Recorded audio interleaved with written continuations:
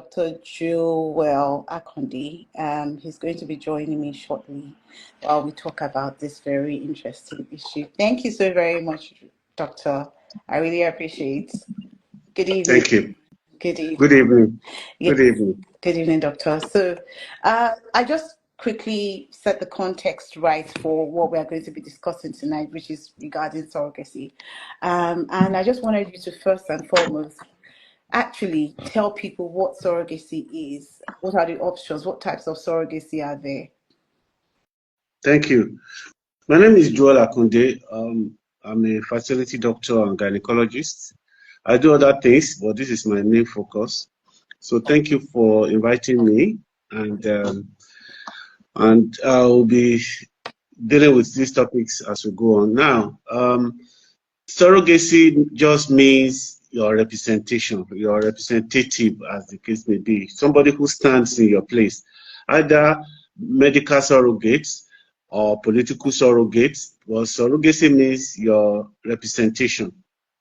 Now, what types are there in surrogacy? There are only two fundamental ones. One is traditional, which means that the person who gives the egg also carries the baby. That's the traditional one. The second one is what is called gestational surrogacy. In other words, the carrier of the baby merely gives the room for the baby to grow in the womb and carry it to term, and then delivers the baby and hand over to the intended parents. Those are the two major classification of surrogacy and the definition of what a surrogate is. I hope I have answered the question. So I will await any clarity maybe later in the day. Yes, yes, Doctor, you have been able to answer the question. So the reason why we're having this debate, this discussion tonight is essentially to address some of the myths around surrogacy. And this is following a trending conversation or trending statements made by a popular Nigerian social media influencer who said that she came out to say that she has a womb, but she is going to go ahead to use a surrogate. Now, what are your initial reactions about that? Well, different jurisdictions across the world. So I'm going to speak in respect of Nigeria. I'll leave Britain out of this because the regulations are different in Britain and also different in Nigeria. The fundamental thing that cut across every one of us is that women are in charge of their own reproductive rights, albeit they may and should take the consideration, the opinions and rights and privileges of their partners into consideration. Ultimately, they decide what they want, that is women. Now, we cannot, the mere fact that somebody came into online and said, hey, I'm going to use surrogates, I don't want this, we should not believe that as the whole story, because behind every story medically, there is a reason. So she might have a womb and she might not have a womb. So we are not in position to prove that. So, but assuming that she indeed has a womb, what is the condition of the womb? Is the womb bright? Is it filled with fibroids? Is it filled with endometriosis? Is it stuck together in Asherman's adhesions? Is there problems of the cervix? Is the womb cut halfway? Is it competent? The fact that you have a womb does not mean you can carry a baby. Let me illustrate this. You might have a room to put your head in, but does the room have a roof? Is it walled around? Does it have a window to take care of the ventilation? Is it heated? Is it cold, too cold for you? Is it too hot? A room is not just a room. It might not be habitable for the inhabitants. Mm-hmm. Thank you very, very much for that, sir. So essentially what you're saying is besides her coming out to make that statement, we had to dig deeper into the reason why she has made that statement. It could be beyond what she has come out in the public to say. But if then is the reason, is surrogacy is that the last resort? Are there other options for people who, are dealing with all sorts of fertility issues, or for whatever reason it might be? Is surrogacy the only option or the last resort when it comes to having children? No. A further comment on the influencer, as the way the word goes, influences. These are attention-grabbing individuals who just want to be seen. But in my career, I've seen, and the culture where I come from, the fact is that a woman is not just wanting to get pregnant. A woman fundamentally wants to be seen to be pregnant. I would like the word want to be seen to be pregnant. So it's not just a matter of conception. And the conception is one, having a baby, removing the shame is another. Now, is surrogacy the only option? No, it's not. There are occasions when the womb can be repaired, as the case may be, depending on individual situations, and that can still be amended to carry baby. Now, in modern times, there's what is called womb implantation. Womb can be removed from one person, maybe a dead person or somebody whose womb is no longer required, and then implanted in another. And there has been successful records of in a couple of countries, in Britain, in Saudi Arabia, and in other countries where we have had successive conceptions through womb implantation. I was in residency when I thought of this ages ago, about 25 years ago, and one of my theses then was one day there will be womb implantation to carry conception. So in my lifetime, I'm glad that this has happened. The other option is adoption. And if you don't want to get pregnant, provided it's not that you must use your own genetic material, you can adopt. In my counseling of clients, I ask them, what is a baby? What is a child?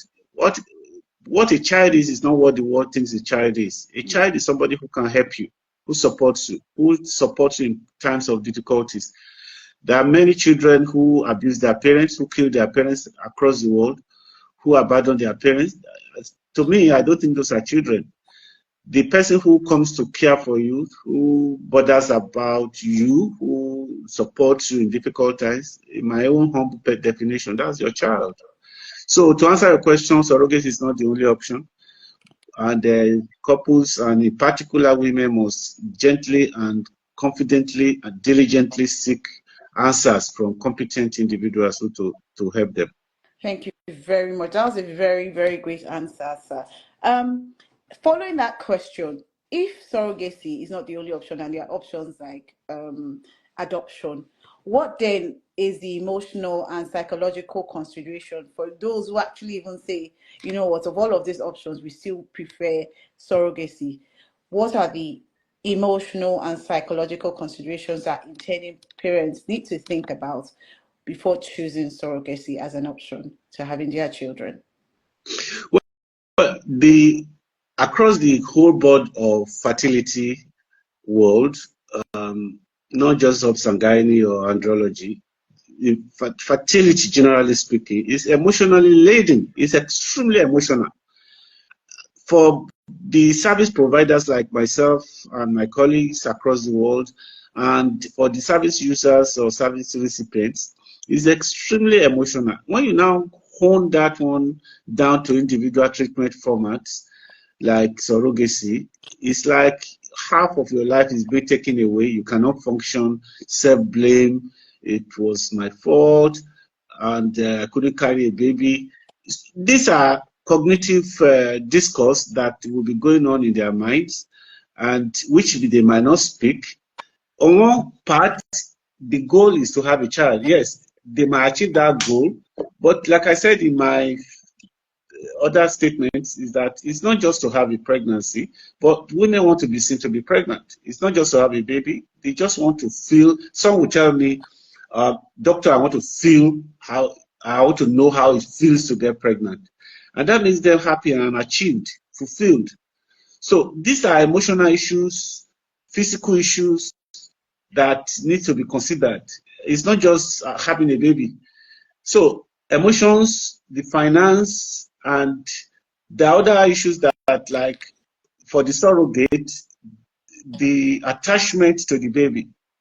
And this has to be seriously considered and handled very carefully. For the intended parents, the preparation for pregnancy, don't forget, keep in mind that when you are pregnant, you are anticipating. When somebody is pregnant for you, there are a couple of people involved here. So you are planning for yourself, you are planning for the surrogate. So this planning has to be very panoramic and wide, as well as consider other factors like parties that are not directly involved in your decision-making process. So if I want to bring it home now to Nigeria, and I say that to say Nigeria is one that surrogacy is still evolving, it's growing. It's not, even though it's happening, it's not something that we speak about. So it's not popular, so to speak.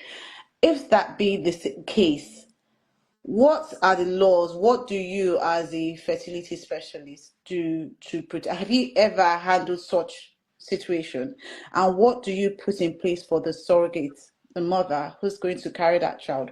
What protections are available to support that mother during the 9 months 9 months period, and even after giving birth? Are there any sort of, sorry, excuse me, any sort of support given to the mother, the surrogate mother at that point? Okay. This question can be kind of divided into many parts. Let's deal with the law. And I am sure that my learned colleague, I don't know if she's online. She's going to join very soon. Will speak on the law part. As far as I'm concerned, from the legal part, there is no law in Nigeria that regulates surrogacy.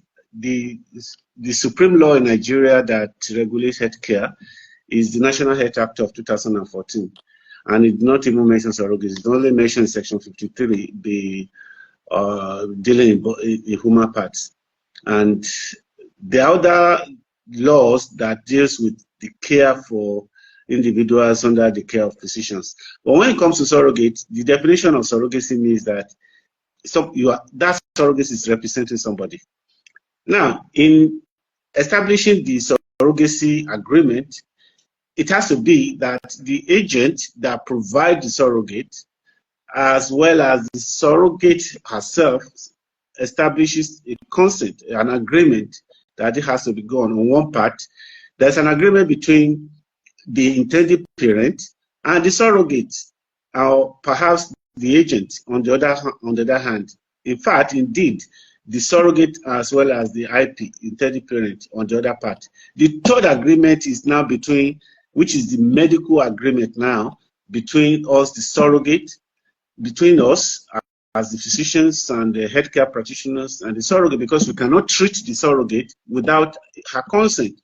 So with that, that leaves the care, divides the care into two parts. One, the medical care, which, depending on where the surrogate is receiving her antenatal, it doesn't have to be the IVF center that performs the IVF that will provide the surrogate antenatal. But if the facility provides antenatal, well and good. But if it doesn't, whatever is receiving antenatal care, the surrogate will receive adequate antenatal care.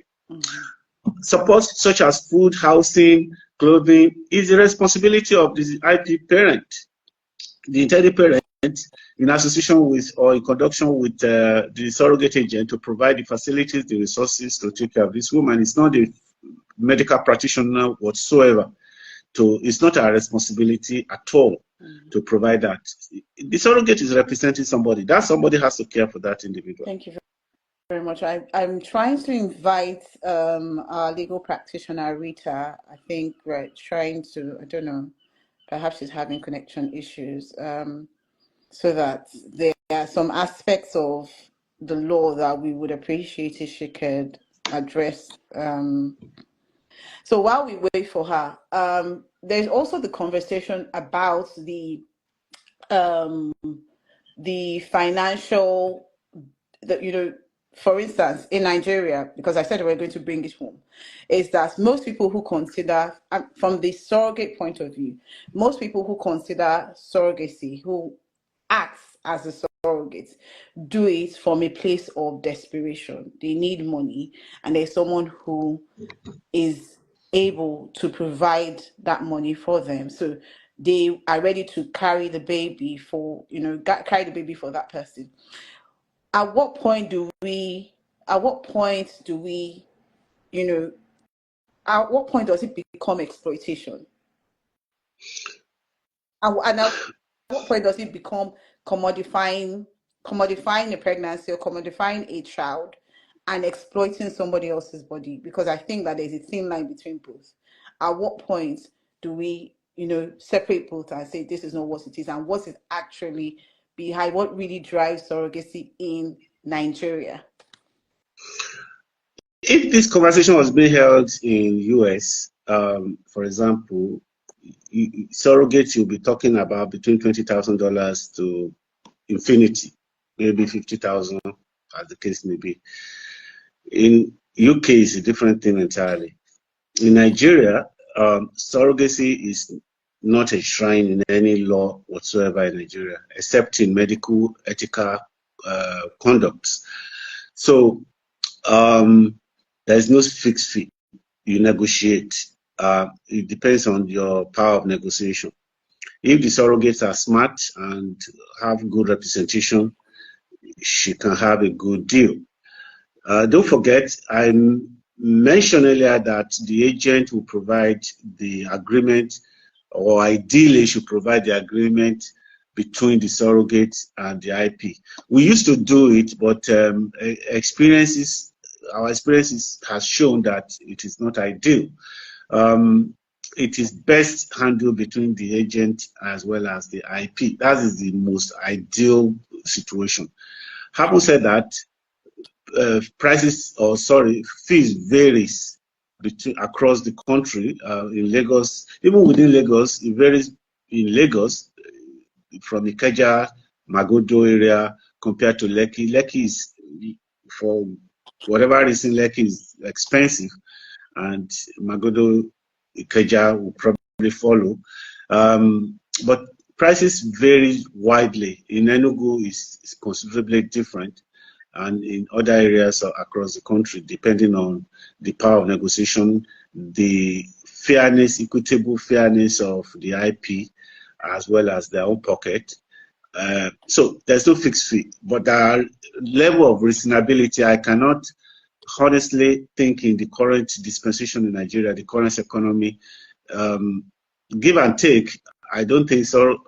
Don't quote me on this. I don't deal with surrogacy fees, but I know that before the Naira crashed, it used to be around 2.5, but it has gone up considerably now, and I understand it can be as high as 10 million, 15 million. So I don't know the fees that they charge. It varies so across the country. Yes.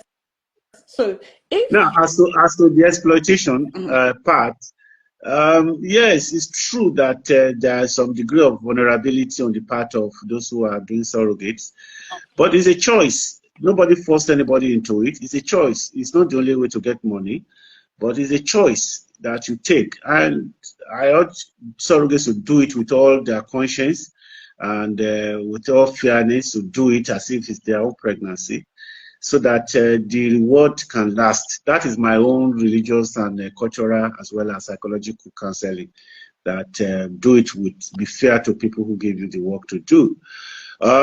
True, the gap between the surrogates and the IP might be wide. We should also bear in mind that some of these surrogates can also be from the family. I caution against that. That should not. I really work against that when I'm doing counseling. That don't allow this because of cultural abuses. So therefore, it is very important that surrogates and IP and agents work very, very fairly between themselves. Thank you very much, Doc. So that being said, it's important to I wish our lawyer she's able to join us. It's because it's important to understand at what point, because I realize that many of these women who consider to be surrogates might not even be able to afford a lawyer, the services of a lawyer. And in that case, they just go to an agency and the agency represents them. And when the agency represents them, if how are we sure that they are being treated fairly? There's a documentary called The Breeders, and there's a case where some of the women who had been who were surrogates rather, came and said that a particular one actually said she had an experience. She was pregnant. She had helped the couple, the intending parents, carry their babies or their baby. And upon the 20th week, they found out that the baby had some sort of deformity. And as a result of that, the intending parents just left the mother there because they didn't want to have anything to do with the baby. And the surrogate was left with the option of whether to terminate the baby or keep the baby. So in those cases, what protects the surrogates? Because she's at that point of she doesn't know what to do. She's been Well, the law in Nigeria is very clear on this. When it comes to the health of the mother is the primary person. It's not the baby under 28 weeks. It's not even the baby to term. It's not even the baby. The mother is the primary person to focus on. If the mother is getting ill, if the mother is depressed, psychotic, unable to continue the pregnancy, the baby has to come out. That is one of the legal ways to terminate pregnancy. So if the baby is deformed, is going to cause a problem for the mother. It's not under compulsion to carry that baby to term. Let's face it, it's the reality of this world, it's the reality of our country. The viability of pregnancy is set in Nigeria at 28 weeks. So if it's still under 28 weeks and there's a gross deformity, what is the purpose of continuing the pregnancy?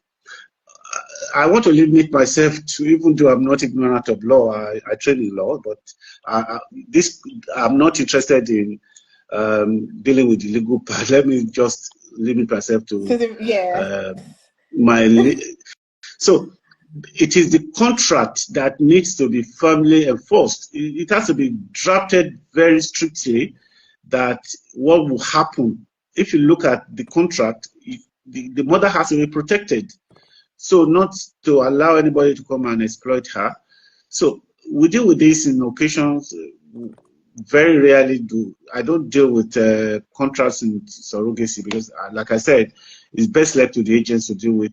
Ours is just to transfer the embryos, prepare the provider of the eggs and the sperm, and transfer the embryo, whoever that surrogate is, and then we make sure that the surrogate is okay. So abandoning the surrogate middle of the road, I don't think is a fair. Look, my practice of medicine is, if this was my child, how will I treat her?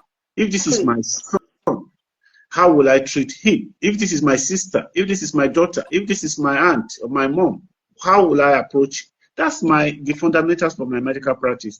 So letting her go in the middle and abandoning her to her devices and pain, with all due humility, I don't think is a fair thing. Exactly.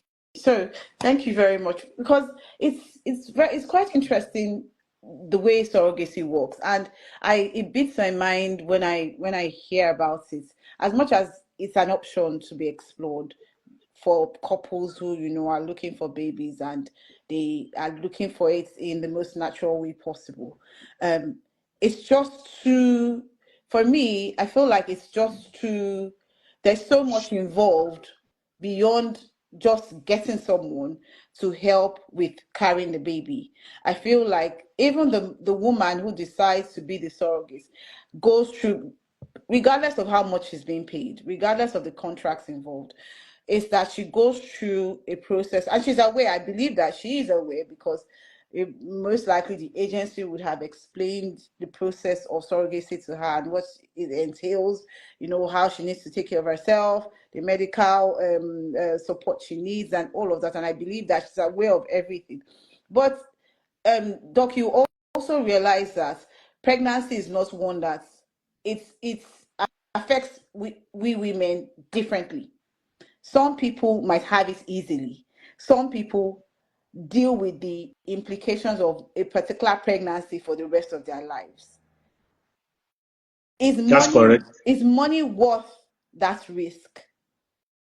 Well, if I may talk about Nigeria and Britain, it's a free world. You make your own decision. The way you lay your bed, as it goes in English language, is the way you will lay on it.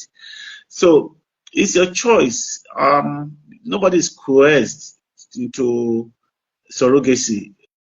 But on fairness, you need to look at the driving force, monetary force, as against the desire of the IPs to have a baby. Somebody has to meet the two in between. Therefore, if the surrogates want money, she has made a choice. That is like going into an entrepreneurship. You are taking a huge risk with your life, even though the doctors do have a duty to make sure that she's well protected medically, she's well cared for medically. But her decision is still her decision. If she doesn't want, there was a day, for example, let me just say this as an example. I was to transfer embryos. All I needed to do was to just press the plunger. All I needed to do, the catheter had already been in the womb. All within a split second, I was to transfer that embryo. And this woman said, I'm not doing it again. Can you imagine that? Wow. The dilemma for everybody. And that's how the whole thing ended. And she got up and said, I'm going. Wow. And she made that decision right there and then. And we had to freeze the embryo. Wow.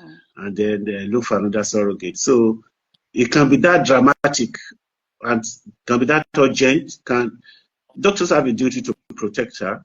So if she says, I'm not doing it again, that's the end. So nobody forces her into it. But once she gets into it, she has a duty, both moral duty and legal duty, to protect that pregnancy.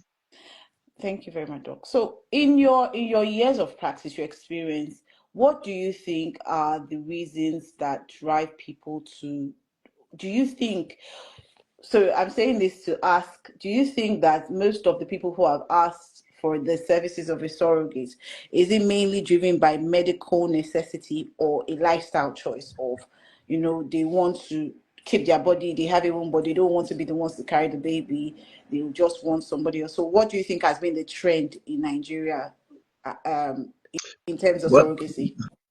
At least in my practice, the issue is more of pure biology, not social.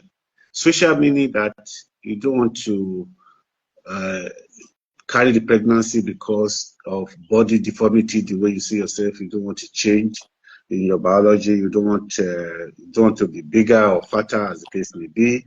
You don't want to take the risk. That is a bit rare in Nigeria, at least in my practice here. But majority of us wants to carry this pregnancy. It's biology. But when the womb is not there, or the woman is aged, or there's medical illness, then they look for surrogate. That has been the major factors that drive surrogacy. I'm not in doubt as to social part of people wanting to preserve their own form and wanting to transfer that risk and responsibility to somebody else because they have money to do so. And there are uptakers in the surrogate world who take the risk for them. So anything happens. So, but ultimately, it's not an absolute fact that everybody wants to avoid being pregnant. Women want to get pregnant. That is biological. It's so fundamental. Women want to get pregnant. Majority of in fact, women want to get pregnant. It's very small percentage that don't want to get pregnant. And if countries like the UK, for instance, do not commercialize surrogacy, they don't say that, they don't pay the surrogates in quote. What they give them is they give them some amount of money, reasonable amount of money to take care of medical bills, and it's mainly for altruistic motives. Can Nigeria take a cue from UK? Well, I don't want to foreclose that. Anything is possible in this world if you really set your mind on it. But Nigeria is so far away from UK in terms of law enforcement as well as structure.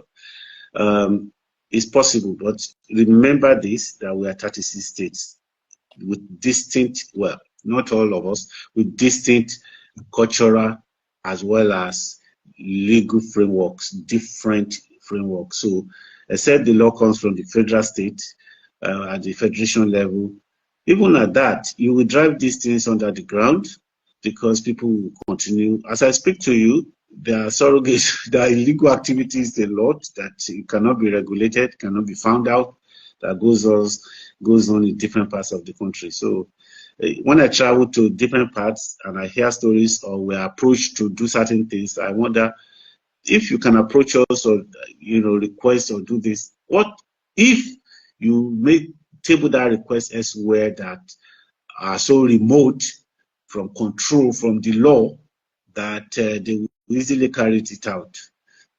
Example, somebody will say, I have X amount of money. I want to have twins. Mm-hmm. Can you provide twins for me or triplets? I've had that request today. Mm-hmm. Another one paid us some money and asked me, when am I coming to carry my baby? I just laughed. I said, it must be very crazy. We don't give babies. We promise the procedure. Mm-hmm. So in that way, Britain is different because 1,000 years of rule of law cannot be compared to Nigeria, which is just under 65. We are still not, we are yet to begin, in fact. Absolutely true. Absolutely true. So, and I know that Nigeria is one that is heavy on culture and religion. How does that play? So I'm talking about the cultural aspect of Nigeria in this situation. How does that play a role in surrogacy, in acceptability of surrogacy? Okay, well, there's a lot of deception here, if I may be honest with you. They might, in their pulpit, in their mosque, in their name it, say, I don't support surrogate, they can make the noise. But there's no religion that has not presented itself to us, to my colleagues across the board. There is none. There's not one that will say, I don't, because people are desperate and they want answers and solutions to their problems. Therefore, when they come, you will see some pastors, in fact, pastors, some reverends, some imams, some here wear hijab. And so where do you draw the line? So academics, professors, so they want a baby, period. They might say something else outside the consulting room, but that's as long as they have a baby to take away their shame. It's nobody's business. Thank you very much. So because I think that the settings on my phone just allows one guest per conversation, I want to quickly wrap this up with you, Doc, if you don't mind, so that I can invite the lawyer. But you stay around to watch the conversation go. We have the next 30 minutes to just converse with the lawyer. So my very final question is, how can we as a society have more responsible and compassionate conversations about fertility? Because I understand that what drives people to make this choice is really about the stigma that comes with infertility, especially towards the woman. Is until recently that research has shown that actually you should check the man before it used to be heavy on the woman. So how can we as a society, from your medical point of view, create a bit more sensitization about infertility, about the options that are available? How can we have more responsible and compassionate conversations about fertility choice and surrogacy, if that is an option? Well, thank God that education is increasing in Nigeria, but you also have educational illiterate. You also have the church, the religious sectors, the mosque, and all of them, the church that will preach, delay, delay, delay. God is going to do it. God is going to do it. God is going to do it. Delay. Solutions, fibroids are not treated. Infections are not treated. Age is aging. Age is counting until the woman is out of her reproductive age. And the man will be praying for sperm improvement. 50-50. If you make the arithmetic very well, the man will be responsible in 35%, the woman will be responsible in 35%, they jointly responsible in 35%. So if you add up on the average, it's 50% to the man, 50% to the woman. So in a good day, the physician should investigate the two of them jointly. But the reality is that men don't want to attend fertility clinics. They will have muscles and tell you, look, I'm muscular. See me, my sperm is well. I have impregnated somebody 2 years ago. I have 2 children somewhere. I have them on my list as I speak to you. And so they don't want to come. It's for the woman. These are problems. 18% of the population anywhere in the world do have infertility. If that was COVID, we'll be dealing with pandemic. In fact, we'll be dealing with an emergency. So it's a common problem, but it's not something that is a life or do or die affair. It doesn't threaten your life whatsoever. That's why it's taken very low. So, but there's a lot of psychological damage, pain, emotional suffering that goes on, relationship breaking down, family breaking down, society suffering more. Bastards being, if I may put it that way, there's no constitutional definition of bastard anymore in Nigeria. There's no bastard anymore in Nigeria. But what I'm just trying to say is that children are out of wedlock, so that are born because of infertility. So you have all these different issues that impact fertility. So at the end of the day, people kind of sort themselves out one way or the other, and that goes on. So my persuasion is that, and I tell my clients, especially the man, that look, the woman will stay there, persevere, endure to the very end, but the man will give up in a short course. Frustrations. Oh, I'm spending all the money. Of course, remember in Nigeria, the culture also impacts finances. Is the man that spends most of the money, if not all. So he's seeing it as a pressure. Why am I spending all this money? There is futility in all of this. So he will look for answers elsewhere. He will have girlfriends or wives somewhere else. So the woman will continue to parade the fertility clinic all over the world. So in sum, it's a debate that can be debated, but it has to be started at home, primary school, secondary school, like everything, cultural change. It has to be started from home and school and general public debate. But we are driven in Nigeria by so many factors, money. So people might not just see it as a major economic or societal reason to start debating fertility. I really want to ask you this question, and I hope you don't mind, because you did mention, you just said just now that we should start at home and start early. And it is a question that some of myself and some of my colleagues have all the time, of the race, especially for the woman, where medicine says the biological clock starts to tick, and when she gets to a particular age, she can't have kids anymore. Just wrapping everything up together, Doc, is there a way also that you want to maybe advise women as well to prioritize their fertility, their reproductive health? Is there anything that you want to let women know, or men as well, when it comes to fertility, but taking it home? What do we need to do from the home front? I want to apologize for this. Women need to, you see, the issues, the factors that are impacting this debate, because women need to be educated. The more the women are educated, the better for all of us. All of us. But in the course of doing that, there is a fundamental biological compromise. Women are most fertile between the age of 22 and 32, and that is still when they are in school. So how do you balance this? That is the biggest question.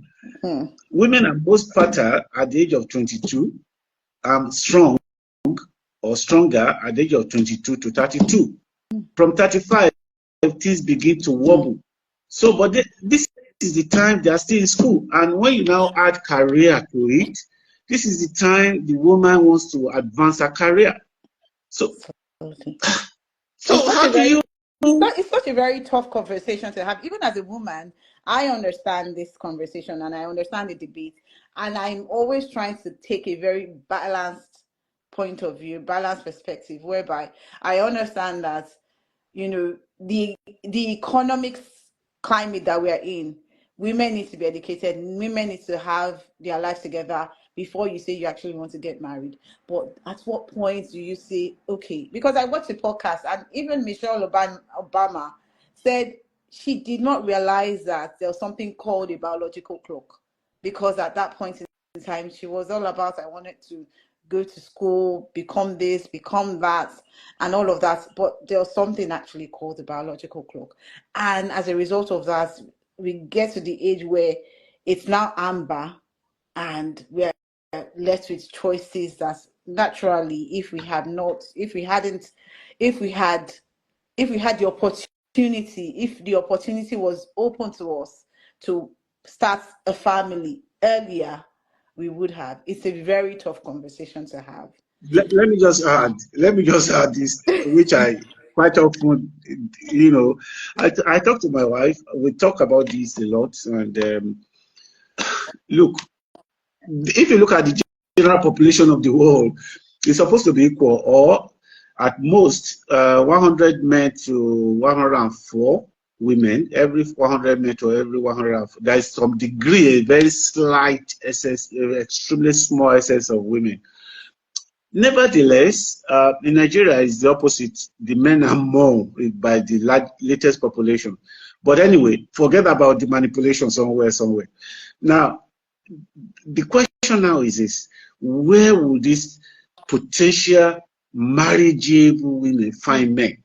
That is, and if you look at how things have been balanced evolutionarily from time immemorial, is to marry multiple wives, but that is no longer the norm. That's not no longer acceptable. So you ask me for the answers, but these are the solutions I provide. I'm asking that, look, if you really want it, you either, kind of cut back on the education, get educated early.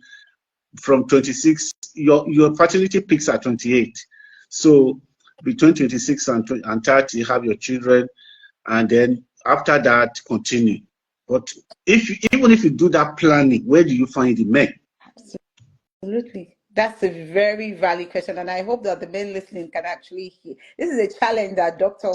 Akande has posed to you, that where do we women find the men? Even if we say we're done with education and we're ready by 26 or latest 28, where are the men, the eligible men? Thank you very much, Doctor, for spending this evening to talk about surrogacy. It's such a very complex topic. It's evolving but complex. And I'm happy that you've been able to touch on so many aspects: the ethical considerations, the emotional, the psychological considerations, and actually being very honest, very, very honest about the implications of becoming a surrogate, choosing to be a surrogate, and the reality of it, which is that it's a choice. Nobody's being imposed to become a surrogate. You're aware of what you have signed up for. So you need to be prepared for it. And the agency who have decided to represent the surrogate also are responsible. It behoves on them to make sure that their surrogates, the person they are representing gets the best of support during that procedure. And you've also mentioned that there are also other options beyond surrogacy. There's adoption, and you have IVF as well. You have those options. So surrogacy is not just the only option. Thank you very much, Doctor. I really appreciate your time and everything and all of the wisdom that you shared with me tonight and every other person who's on live tonight with us. Thank you very much, sir. Thank you. All right, sir. Okay, sir. So maybe you want to leave so I can wait for, I think, does anyone have any question to ask Doctor before he leaves, actually? I think we should do that before Doctor leaves. Okay. Yes, please. Does anyone have questions for Doctor before he leaves? I also think tradition plays a role in how, yes, Simi says, I also think tradition plays a role in how African men think about this topic, particularly Africans think about this topic, particularly men. Yeah. Yes, that is true. We need to be honest with each other, with all of us. We should be open with each other that, look, you want a baby, how do you get it?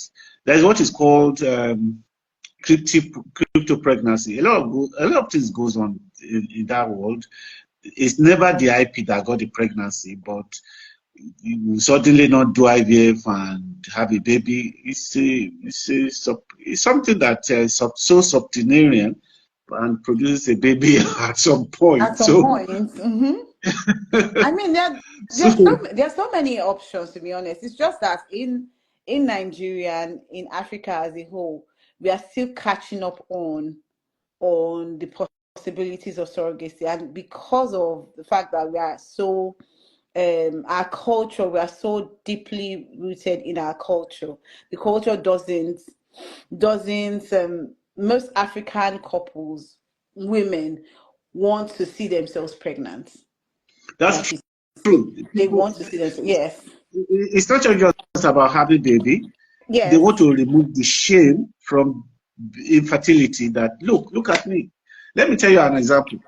I have couples who are doing IVF. He said, look, I need to buy a baby bump so that as the pregnancy is growing, I'll be wearing different baby bumps body. So that people around her will know that she's pregnant. When the baby is delivered, nobody will ask her, where did you get the baby?